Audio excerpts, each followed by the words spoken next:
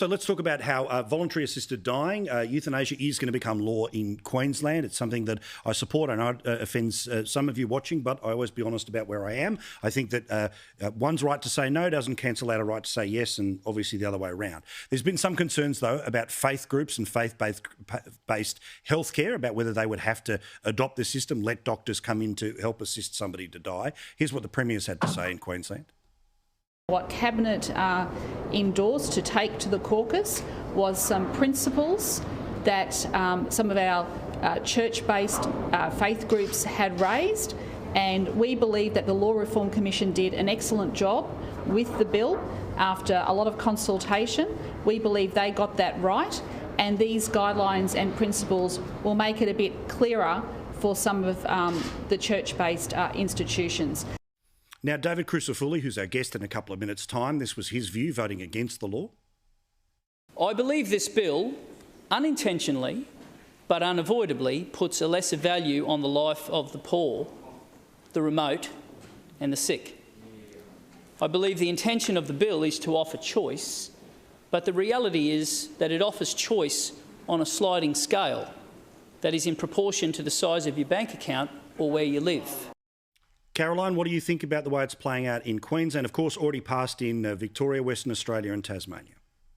Look, it's inevitable, I think, Paul, that it's going to come into play in most states around the country, if not all of them, eventually. What makes me a little bit uncomfortable about the arguments around faith-based hospitals being forced to allow the assisted dying to take place, euthanasia to take place, basically, on their premises is, while I'm not religious, I think that they should be able to conscientiously object based on their own principles. It's the same sort of principle that goes behind people being able to make that free choice to do with their bodies in the first place, should be the same for a privately run business like a private hospital, which might be a Catholic hospital or another faith-based hospital, saying, no, we don't as an institution support this idea. You will have to go somewhere else if you want to make the decision to die.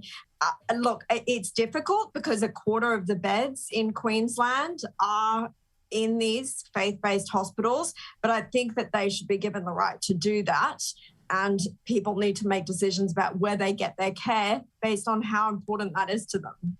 Now they've decided to flush gender from the annual music awards, the ARIAs, no different than the Grammys and the MTV VMA Awards. God, try to read that quickly. Evelyn, they've solved sexism, racism, everything in one foul swoop, haven't they, the Australian music industry? Yeah, look, to quote President Trump here, everything woke turns to bleep.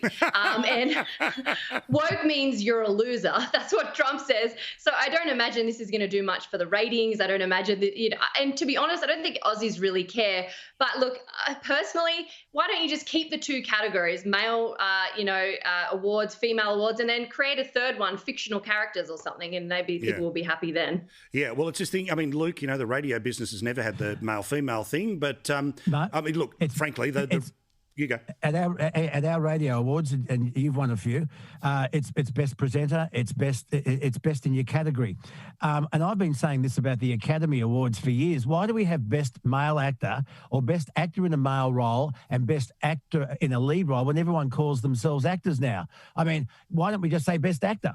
Best supporting actor. If you're a musician, you are the best at your craft. Doesn't matter whether you're male or female. I've been saying this about the Academy Awards for ages, except, of course, Meryl Streep would just win every bloody year. Yeah, correct. Well, my suggestion is, though, if they said, look, this is the idea because we want to shorten the ceremony to 90 minutes, then maybe there'd be something else, but they've got to throw in all the woko stuff there. But are there some songs better sung by a woman and some songs better sung by a man, or is it the artist? Is it just the artist who is the best at their craft? 1-353-53 after midnight 1-353-53. Good on you, mate. Thank you to Luke Boner, Evelyn Ray and to Caroline Marcus. I think we'll do that again.